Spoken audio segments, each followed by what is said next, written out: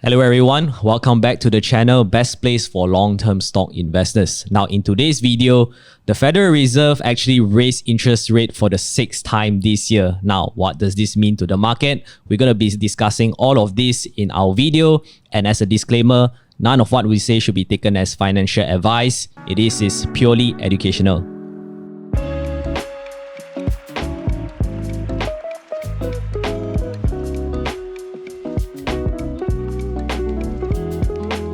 Hey guys, before we begin, just to let you know, we have a totally free masterclass just for you to sign up for in the comment section or the description, where we will guide you on how you can build a 6 to 7 figure portfolio using the power of stock investing. Go check it out.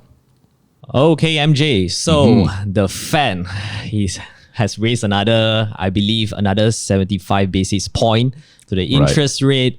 So I believe the market has actually been down, but what are your thoughts about this? Well, this is actually expected. Nothing outside of the expectations. As we know through the statements made by the Federal Reserve, as we can see here, they believe that recent indicators point to modest growth in spending and production. Job gains have been robust in recent months, and unemployment rate has remained low. So coupled with the inflation caused by the war and many other things, what you are seeing is that these are the triggers for the Federal Reserve to continue raising interest rates. Because as long as people are getting employed, as long as the economy is growing, people are doing well, they will have no reason to reduce interest rates or slow down their rate hikes. Right, that makes sense. In that case, right, when will actually the Fed start to slow down in terms of their interest rate hike? So we never really know, but the key indicators are always, number one, as I said, the economy, how it's doing. And number two, whether inflation abates, meaning whether it starts to reduce. If both happens, very likely they will start reducing interest rates. If only one of them happen, it's anyone's guess. They might just keep it there. However, I have a good friend who came up with this probability table. Wow. He said, right now we are currently here, right? 400 to 425 basis points, right, which is 4% or 4.25%. So these are the next few FOMC meetings, right? They are indicating that there's a 52% chance in December 14th, that meeting, that they will raise the interest rates to 4.25% to 4.5%. Wow. Okay. Right? And so you guys can pause the video and look at this chart and see where potentially the Federal Reserve might be heading. Okay, that's a pretty interesting chart. I'm pretty sure you guys would be interested to know whether what's his next move, essentially. Yes. Okay, since we know what's happening in the US side, now let's take it locally in Malaysia. So I believe the Bank Negara also raised their OPR rate by a 25 basis point again to 2.75%. So what does this mean for the Malaysian stock market? Well, before that, what does this mean for the ringgit? It seems to me that people will prefer the US dollar now. It is a stronger currency and is at 4%, but the ringgit's only giving you 2.75%. Right. So we do expect flows to go out. But the question is, does this make the ringgit undervalued? And from my point of view, I believe that it does, because a lot of what is happening in the US today, especially with rate hikes, I don't think is sustainable for various reasons. One of them is that the business metrics or businesses in the US are not reporting good figures. The demand and the growth of businesses are not exactly growing. And potentially, things like unemployment can actually happen. So we'll see the charts later on. All right, sure. All right, guys, if you didn't know, we have a one-on-one mentorship program where you can apply for, where we level up your stock investing based on tailor-made solutions. If you're interested, you need to apply. Not all of you all will get into an interview. It's only 20% of you all will do it, and even fewer will get to hop on the program. But if you're confident that you can qualify, you can click on the link and fill in your details in the comment section or the description. Okay, so I believe now we know what's happening in the US, what's happening in Malaysia. There's this very famous figure right here, Michael Burry. So if you don't know who's Michael Burry, he actually, it is the main character, one of the main character in the Big Shorts movie. Yes. So if you guys are interested, please do watch it. And actually, he is going heavily on cash, and he actually sold a lot of his position in his stock portfolio, specifically in the US side. So why do you think he is doing that, and what is his when is he going to invest back into the market again? Well, Michael Burry is an investor that has a history of being more bearish, a little bit more skeptical kind of investors.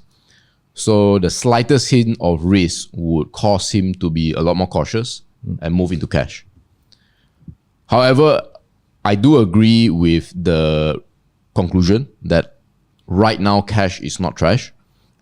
US dollars is giving you 4%, which is an absolute dream when you compare it to, let's say, 3 years ago. But do I believe that he should be doing something like 95%? Personally, that's not my take. I'm personally at roughly 50 to 60%. I mean, it fluctuates. Mostly because I do think that a recession is on the horizon. I do think that, you know, things are going to get worse. But I cannot say when, and I cannot say if I'm 100% accurate. Okay. And so your portfolio should reflect what your assessment of the situation is in the economy and the stock market. And my assessment is that I'm leaning towards a recession. Things are about to get worse, but I could be wrong. Right. But for Michael Burry's case, if he's at 95% cash, then he's probably thinking, well, it's going to be a really, really bad recession pretty soon. Okay. That's interesting because I mean, I believe a lot of people, and I myself also thought that we are actually in a recession right now. But it seems to be that there may be potentially a bigger recession down the road. Is that what you're trying to imply? Sorry. What has happened over the past year, 11 months, right, is that expectations have been severely crushed. But just because expectations have been crushed doesn't mean that you are in a recession. So the example I will give is, let's say you see someone, you see a girl, right, on a dating app. She looks absolutely gorgeous.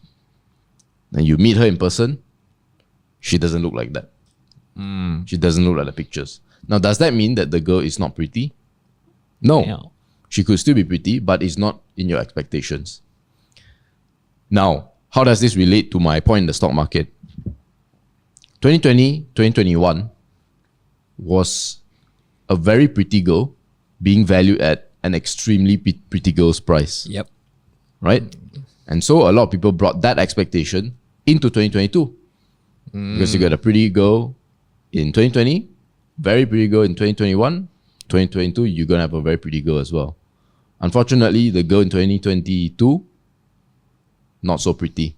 So you can actually see this in this chart that I always like to use, which is the ISM Purchasing Managers Index. Essentially, if it's above 50, you are growing. If it's below 50, you are contracting. Right. So you can see today, the PMI, these are like 300 of the top manufacturing businesses in Malaysia. They survey like, what's the mood like? Are they bullish or bearish as a company? Yeah. In the United States. In the United States, okay? Right. So you can see it's still above 50, right? It means that the manufacturing sector is still growing. However, it dropped from a high of nearly 65, 64.7, something like that. Okay. Now, What does this mean? This means that the extremely pretty girl that everyone thought is not as pretty anymore lah. Yeah. They rate it as a 10, but now maybe not Yeah. no longer a 10 anymore. Yes. Yeah, let's not give that figure. Okay. Right? So, but you can see the economy is still growing. That's why the Federal Reserve says that there's modest growth. Right? So, but in looking at the trend, it could become, sorry to say, an ugly girl. Right? I.e. a recession. I see. We don't know for sure. Right. Now, speaking of recession, one of my favorite predictors of recession is what we call the yield curve. It is takes very long to explain, takes at least 15 minutes to explain some of the technicalities. Yeah. But basically, when you look at this chart here, when it drops below this line of 0, typically it is anywhere between 12 to 18 months before a recession, which are these gray bars here. Right. Right? So we can see that, for example, in 2000, there was a inversion. They call it a yield curve inversion, right? And then recession followed. This is the tech crash and all that. Same, 2005 to roughly 2007, there was a yield curve inversion, give or take. Recession happened in 2008. We all know that. Yes. There was a near yield curve inversion Yep. in August 2019. But it's very Then, of course, temporary only. yes, so that's why COVID, Yep. had a temporary dip. So today, we are in one of the steepest yield curve inversions. Even steeper than 2008, 2000, and 1990s, the late 80s rather. So some of these indicators that I like to look at is pointing towards a recession. Right. Okay. Okay, that's actually pretty interesting to find out about all of these yield curve, PMI, Yes. and I believe there's still one more over here, which is the Fed's fund rate. So Yeah, this is just the interest rates, right, of what the trend of interest rates happening. Right. That's Okay, it. okay. And why will they keep hiking the rates? And why they keep hiking the rates is, as I mentioned, just to repeat, the economy is still doing okay. Yeah. Or maybe they deem that the economy Correct. is overheating. Yes. So they need to put out the fire. Correct. Yeah. Hence interest rate is increasing. So the thing about the Federal Reserve is that it always has to look at forward indicators or leading indicators, and also what's happening right now, which is inflation, GDP, and all that stuff. Yes. Your job as an investor is not to look at GDP, not to look at inflation or that. Your job as an investor is to look at the leading indicators so that you are ahead of the Federal Reserve. Okay. All right. Okay. So if you knew all of this, if you knew that it was all still growing and all that, you would know that the Federal Reserve will still not be incentivized to lower interest rates, at least not yet. Right. Okay. Okay. Okay. That is a pretty insightful session. I definitely learned a lot. I hope you guys also learn a ton as well. If you guys enjoy this type of video, make sure you smash the like and subscribe button so that, and also don't forget to hit the notification bell so that you know when new videos are out for you. I think that's about it for today's video. Don't forget to follow us in our social medias, Instagram, Facebook, all those good stuff. Links are in the description below, and we'll see you in the next video.